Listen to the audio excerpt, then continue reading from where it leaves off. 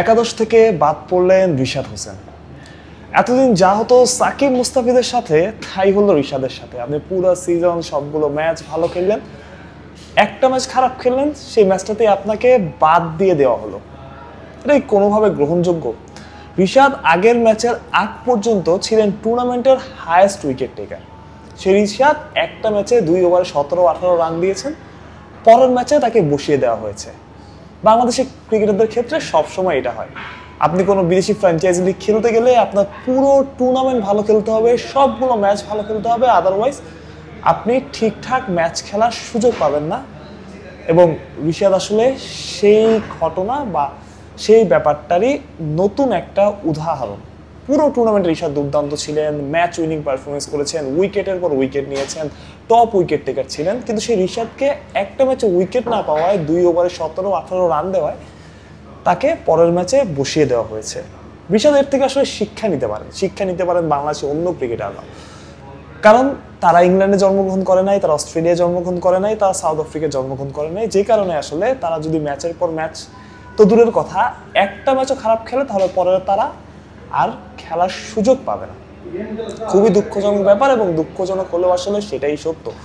সবার জন্য নিয়ম একরকম না, সবার জন্য সুযোগও একরকম না। যে সুযোগটা সাকিব মুস্তাফিজ আইপিএলে কখনোই পাননি।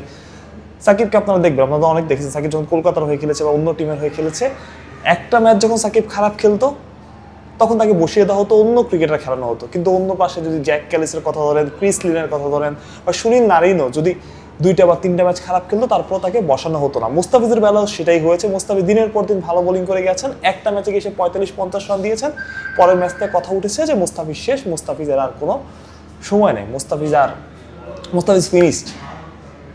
কিন্তু মুস্তাফিজ এরপর আবার যখন সুযোগ পেয়েছেন, তখন পারফর্ম করেছেন, আবার 2-3 ম্যাচ খেলেছেন, কিন্তু তারপর তাদের বিশ্বাস অর্জন করতে পারেননি। একটা ম্যাচ যখন খারাপ খেলেছেন তখনই বাদ পড়ে গেছেন। এবং নিলামের ক্ষেত্রেও সেটা হয়।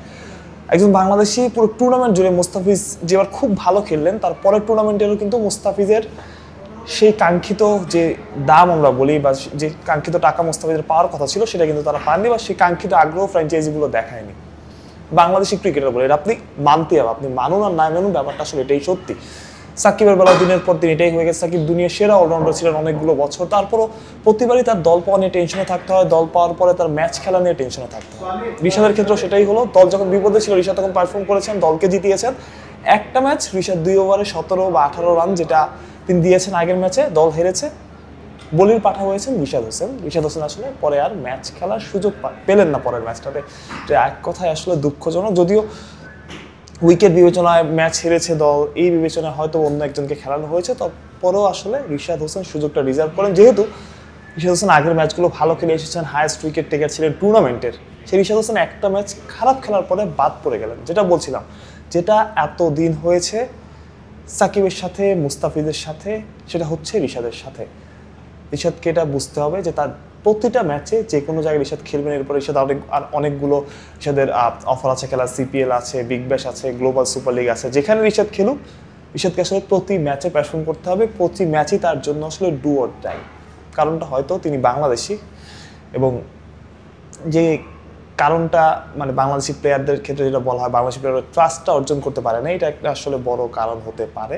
তারপর আমি মনে করি রিশাদ আজকে ম্যাচ খেলার জন্য ডিজার্ভিং ছিলেন, তবুও রিশাদকে খেলানো হয়নি। হোপ ফর দ্য বেস্ট লাহুল কালান্দাসের জন্য। আশা করি রিশাদ পরের ম্যাচে খেলবেন এবং লাহুল কালান্দাস আজকের ম্যাচটা জিতবে এবং টেবিলে ভালো একটা অবস্থানে তারা ধরে রাখবে। এবং যে আপডেটটা আমরা দিতে চাই, কালকে নাহিদ রানার দল, বাংলাদেশের আরেকজন ক্রিকেটার যিনি পিএসএল খেলছেন, লিটন দাস চলে গেছেন, তার দলের ম্যাচ আছে আজকে। নাহিদ রানা পাকিস্তানে আসছেন, তারা দল আগের ম্যাচ জিতেছে। খুব সম্ভবত নাহিদ রানার প্রথম ম্যাচটা হয়তোবা খেলা হবে না, কিন্তু যদি কালকে কোনোভাবে তাদের পেসাররা বা তাদের দল ভালো না করতে পারে, পরের ম্যাচ থেকে নাহিদ রানার কিন্তু ভালো সুযোগ থাকছে। কারণ নাহিদ রানার জন্য সবাই এখানকার অপেক্ষায় আছে, নাহিদ রানার গতি দেখার জন্য, নাহিদ রানার ডেলিভারি দেখার জন্য। তবে নাহিদ রানাকে একটা কথা মনে রাখতে হবে, তিনি তার প্রথম ম্যাচটাই হবে ডু অর ডাই, এবং তিনি যত ম্যাচ খেলবেন সবগুলো ম্যাচই তার জন্য ডু অর ডাই হবে। লাহোর থেকে মাহফুজ প্রত্যয়, বিডি ক্রিক টাইম।